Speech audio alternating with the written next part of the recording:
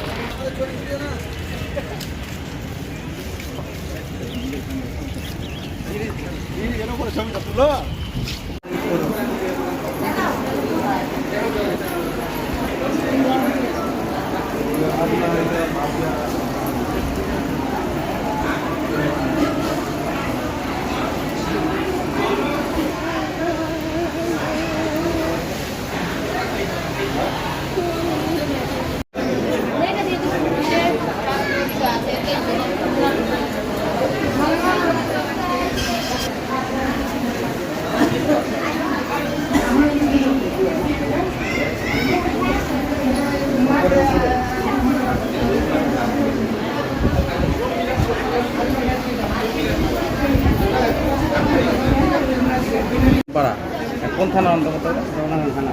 কজন আহত হয়েছে? 3 জন। কি করছিল তারা, মানে কোথায় দাঁড়িয়ে? চালাতে 3 জন একসঙ্গে ছিল? 3 জন একসঙ্গে ছিল। বাজের শব্দ পেয়ে এরকম হয়েছে। আপনার নাম? কে হচ্ছে আপনাদের? শুনলাম নাকি নতুন বিয়ে হয়েছে একজন, কদিন আগে বিয়ে হয়েছে?